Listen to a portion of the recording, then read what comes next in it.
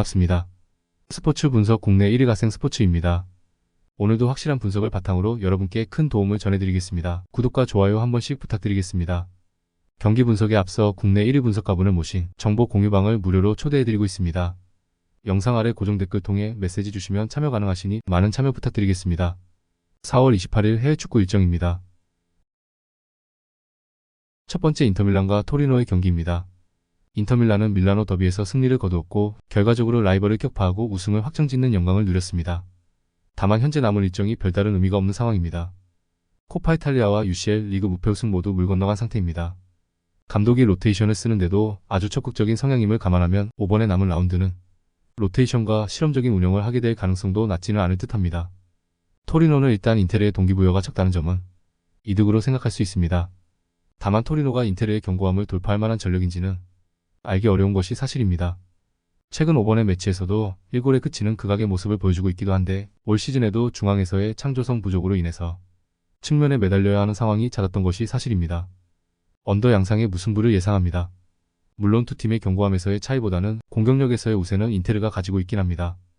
변수는 로테이션의 적극적인 인테르의 성향과 우승을 확정짓고 더 이상 인테르가 시즌 내내 동기부여 부족에 시달릴 수 있다는 것입니다. 그렇다고 해서 토리노가 인테르의 견고함을 잘 공략하는 전력은 아니었습니다. 그러므로 이 경기는 무승부와 언더를 추천드립니다. 다음으로 메스와 릴의 경기입니다. 메스가 생각보다는 괜찮은 흐름입니다.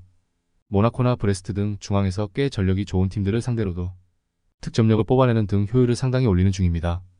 물론 전력상 주도권을 잡고 몰아치는 팀에게 약한 면모를 꾸준히 보여줬다는 점을 감안해야 하나 릴 이닥공 시절보다 득점력이 시원하게 터지는 상황이라고 보기는 어렵습니다.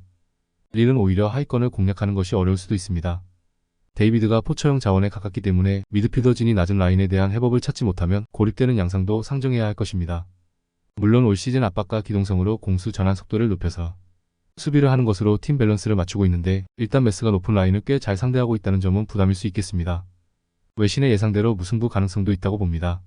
일단 릴도 생각보다 원정에서 하위권 팀을 상대로 고전하는 면모가 있습니다. 수비가 문제라고 볼 여지가 적기는 하지만 메스가 릴이 올라오는 상황에서 타격을 입히지 못할 만한 페이스는 아닙니다. 브레스트, 모나코 등도 이미 메스에게 실점을 허용하기도 했습니다. 그러므로 이 경기는 무승부와 언더를 추천드립니다. 다음으로 카디스와 마요르카의 경기입니다. 카디스가 일단 홈에서는 에너지 레벨의 우위를 바탕으로 상당히 괜찮은 수비력을 보여주는 편입니다. 물론 소극적으로 움직이는 특성상 마요르카를 상대로 극단적인 수비를 돌파할 만한 퍼포먼스를 보여줄 수 있을지는 의문입니다. 물론 아틀레티코를 상대로 중원을 장악하면서 2대0으로 이긴 매치를 치르기도 했지만 아틀레티코는 원정에서 워낙 약한 전력입니다. 마요르카가 원정에서 하위권 팀에게 아주 무력하지는 않습니다. 마요르카가 원정에서는 약하지만 그래도 8위 이하의 중하위권 팀들을 상대로 버티는 능력이 좋습니다. 세비야, 그라나다 두 팀에게만 패배를 기록했는데 이 둘은 카디스와는 달리 상당히 공격적으로 운영을 하면서 화력을 올릴 줄 아는 팀이라고 볼 수 있을 것입니다.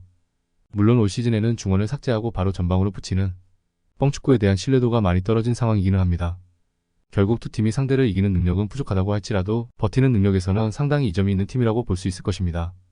사실 두 팀의 특성이 매우 극단적으로 수비 전형을 먼저 펼치는 편이라서 공격에서도 상당히 소극적일 가능성이 높습니다. 그러므로 이 경기는 무승부와 언더를 추천드립니다. 다음으로 본머스와 브라이턴의 경기입니다. 본머스는 브라이튼을 상대로는 아주 약했던 전력입니다.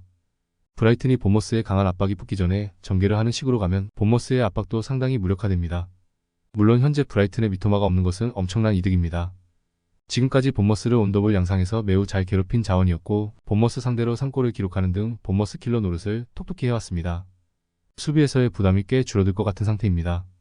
브라이튼은 현재 공격 유닛들의 구성이 완전하지 않은데 이 와중에도 플래너의 변화가 없는 점이 아쉬울 것으로 보입니다.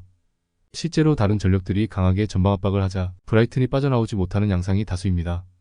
최근 5경기에서도 2골만 기록하는 등 미토마 마치 듀오가 양 측면에서 활약하던 시절과는 확연히 득점력이 줄어든 모습입니다. 브라이튼이 미토마와 마치가 있던 상황보다는 확실히 공격력이 떨어진 모습을 보이고 있는 것이 사실입니다. 전방 압박에 상당히 고생하고 있는 것도 분명한 사실이라고 할 수 있습니다. 본머스가 강하게 대인 압박에 들어가면 브라이튼의 전개도 꽤 곤란을 겪을 수 있고 본머스의 기동성에도 부담을 느끼게 될 것입니다. 그러므로 이 경기는 본머스의 승리와 언더를 추천드립니다. 다음으로 토트넘과 아스날의 경기입니다. 토트넘은 상당한 위기입니다. 뉴캐슬 원정에서 대패하면서 5위로 떨어진 상황이고 아스날과 첼시라는 런던 라이벌과의 매치가 연달아서 있습니다. 사실 토트넘의 위기는 포스테코글루 감독의 공격적인 전술이 읽혀버린 것입니다. 지난 경기에서도 뉴캐슬이 전술적으로 대응을 하자 빌드업에서의 미스와 광활한 뒷공간이라는 약점이 크게 드러나는 모습이었습니다.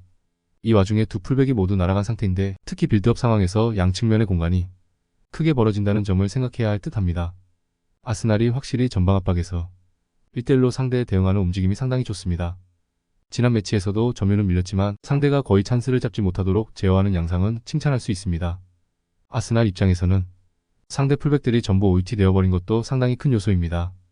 특히 사카, 웨데고르가 있는 우측과 트로사르가 이 경기 이걸로 좋은 왼쪽의 조화를 기대해볼 수 있을 듯합니다.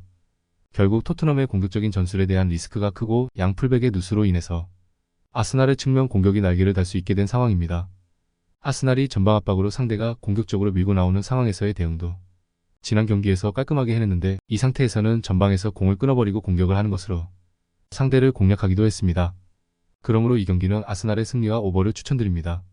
더욱더 자세한 조합픽은 국대 최대 스포츠 정보방에서 무료로 받아보실 수 있으니 영상 아래 고정 댓글 링크 클릭해주시면 친절하게 안내 도와드리겠습니다. 조금이나마 유익하셨다면 좋아요, 구독 부탁드릴게요.